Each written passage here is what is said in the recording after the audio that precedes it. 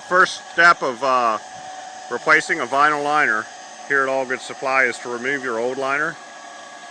And in order to do that, we drop a submersible pump in your liner the night before, basically to get it empty so when we show up to begin the job, we can have a little more time. And also, something we must do is find your blind drain. This is a drain that goes underneath the pool bottom that allows us to pump the earth out. Right now we're in a pretty high water table area, and without finding the blind drain, this could be a cave-in or something worse could happen. So basically this liner had a big hole in the bottom.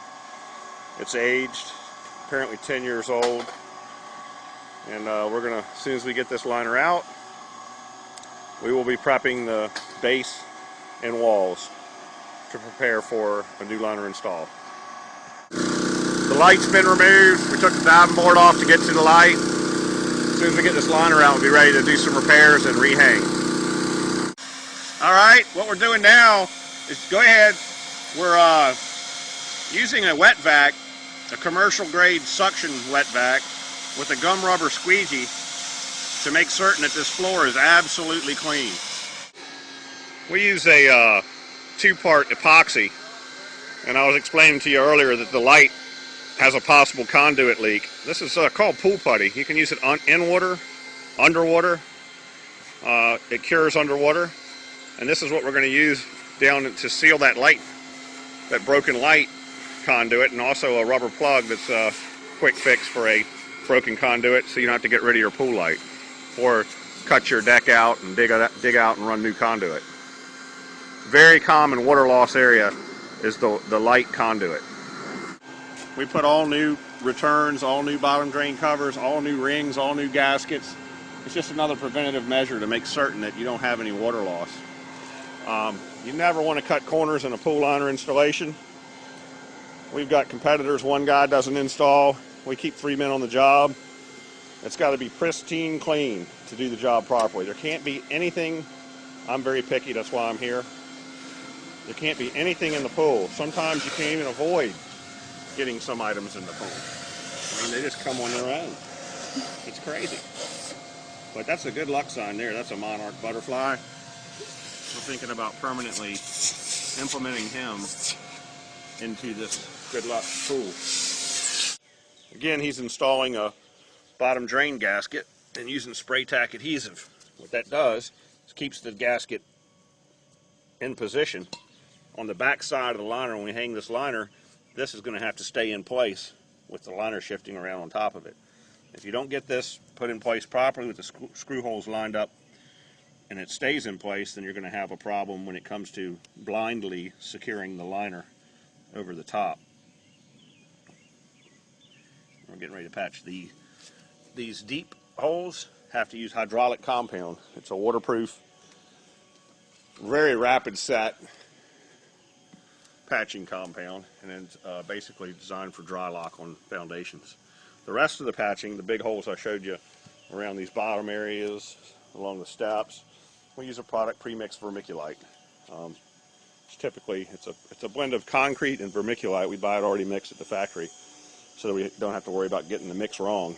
And the reason why they use that is it's permeable, meaning that the water can go through the floor of this pool. If you ever have a hole in the liner, if you have a concrete shell, your liner floats. Once you seal the hole, the liner will always float. So the purpose of vermiculite is so that the water can go back into the earth once a rupture in the liner is repaired. He is now patching with vermiculite, and I've used a hydraulic compound around the bottom drain. We're doing some final touches and we're getting ready to hang the liner.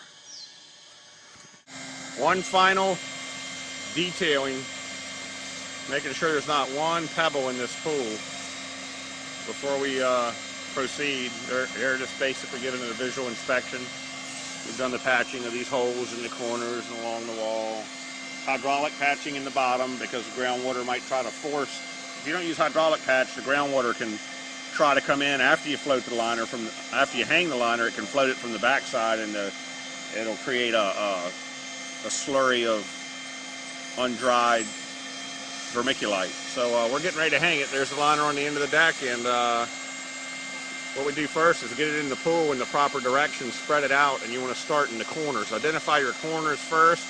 Make sure those two shallow end corners are equal before you start hanging. That's what we're going to do now. Okay, the first thing we've done is identified this to be the shallow end of the liner. Now they're going to stretch the liner out. The liner has been stored in a box, and this is a 20 by 40, so it's quite heavy. So if you stretch it out and let the sun get on it, a lot of these wrinkles tend to be a little easier to deal with once the sun gets on this vinyl and heats it up a little bit. You shouldn't do a vinyl liner under 65 degrees, preferably 70 to 80 and sunny. They're a little more pliable, and if it's over 90, you're going to have a problem because the vinyl turns into almost like putty and just stretches, and you can end up not having, there's nothing you can do about it. It just gets real elastic, and you'll end up with too much vinyl.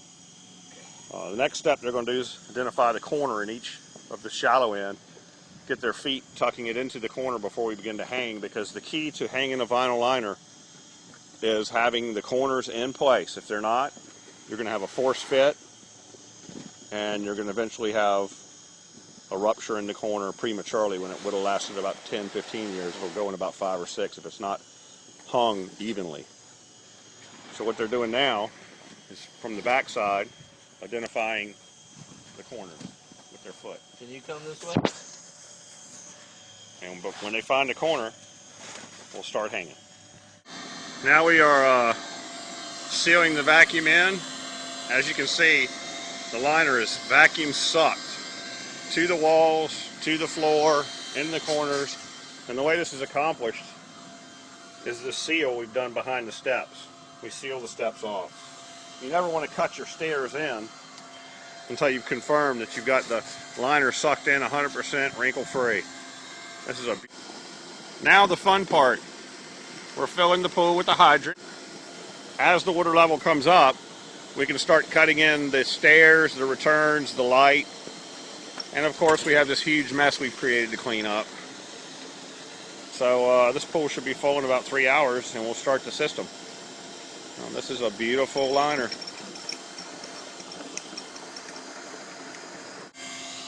She is a classic quality job by All Good Supply Corp. Again, 757-826-4890. If you want 30 years of experience behind a job, call us.